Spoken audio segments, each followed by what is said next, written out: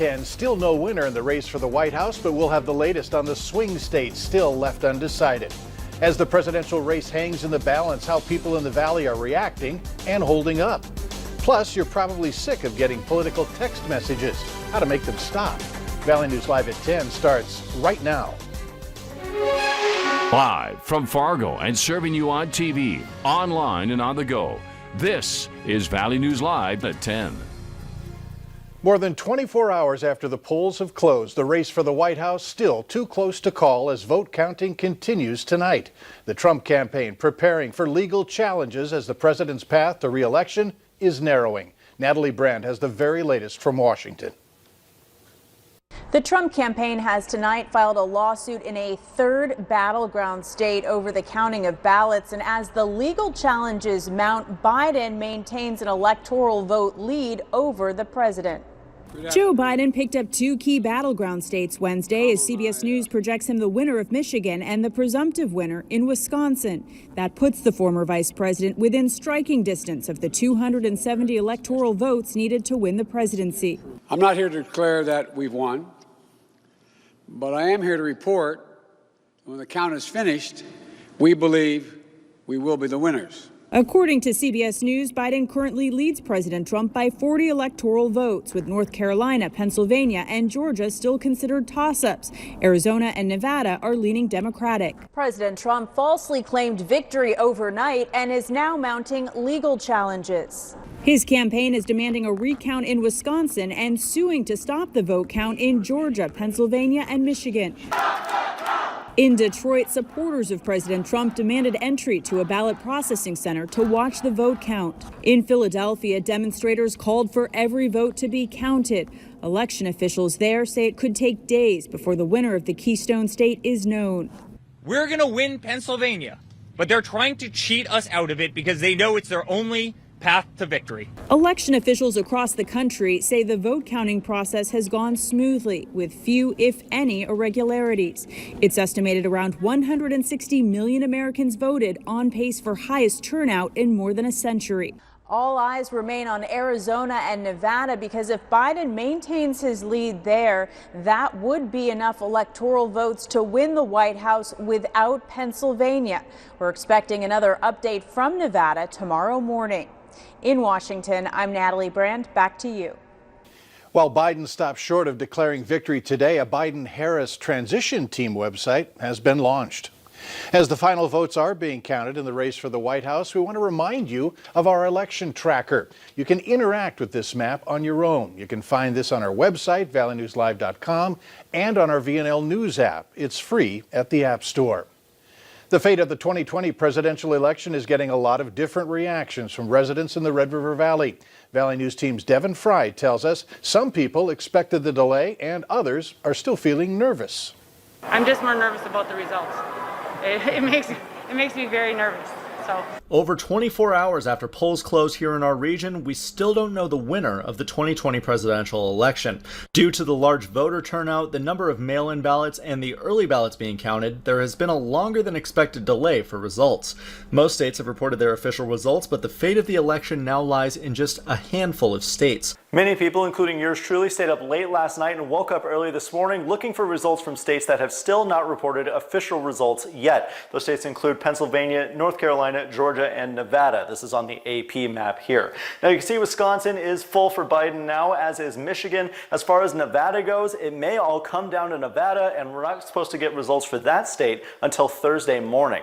Here locally, many North Dakotans expected a delay in results. Building up to it, there was already the discussions on the mail-in voting and the potential for voter fraud or potential for not all of the mail-in votes to be counted. So you had to know that there was going to be a delay. Yeah, it's going to be another debate all in itself. As whoever gets elected, it's going to be a debate after the election. Although it may be hard to wait, some people we talked to said it's worth it to make sure all votes are accounted for. We live in a democratic society, and we are free to choose who we wanted.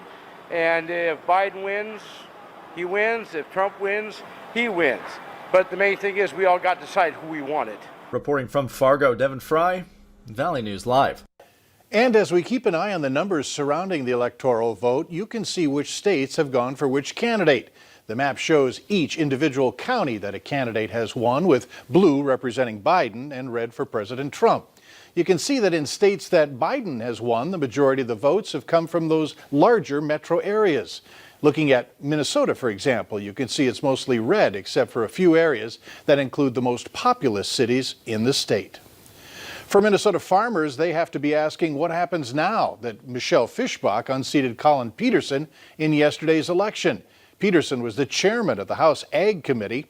Many farmers across the region say their concern is a lack of stability. If there was more consistency and predictability, that's what I want to see in Washington.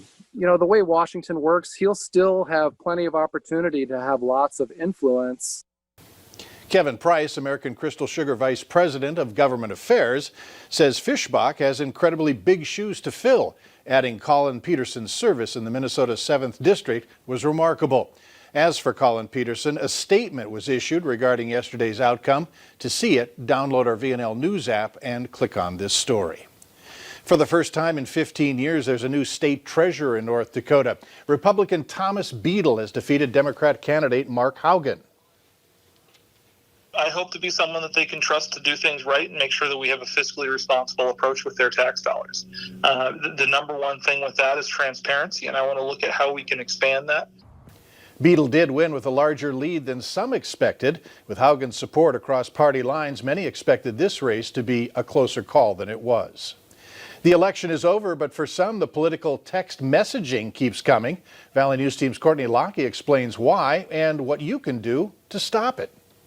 Political text messages replacing door knocks as the go-to voter outreach because of COVID-19. I get too many of them. Early in the morning, it doesn't even matter what time it is. Crazy. It's really crazy. Political groups prefer texts. You'll read them and they're cheap to send. But how did they get your number in the first place? When you sign up to register to vote, or if you sign up on any website that supports a certain candidate, then you can have your phone number or your name, your address, all becomes public record. Godwin says there's no way to stop them from initially contacting you. They just come randomly from numbers that I definitely don't know, and I get them a lot. But there are things you can do to filter through the ones coming your way. When you type stop in there, it's like saying unsubscribe. They have to follow that and honor that per the rules. If they don't, you can report it to the FCC and even win some money that way. Your phone has something that can help too. For an Android, go to Control Spam Settings. For an iPhone, go to Settings, click Messages, and click on Filter Unknown Senders. In Fargo, Courtney Lockie,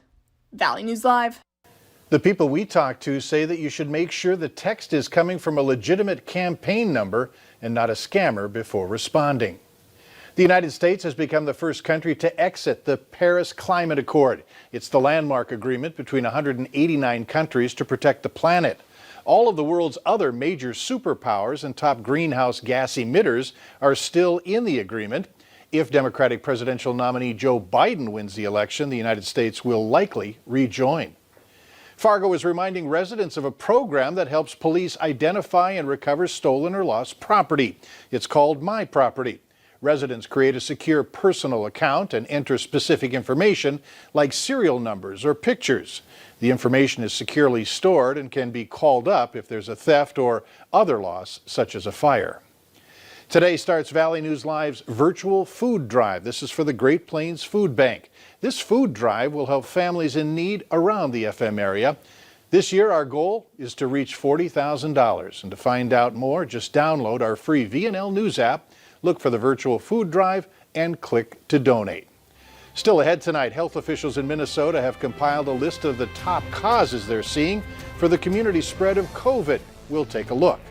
But first, our weekend weather is looking better than ever.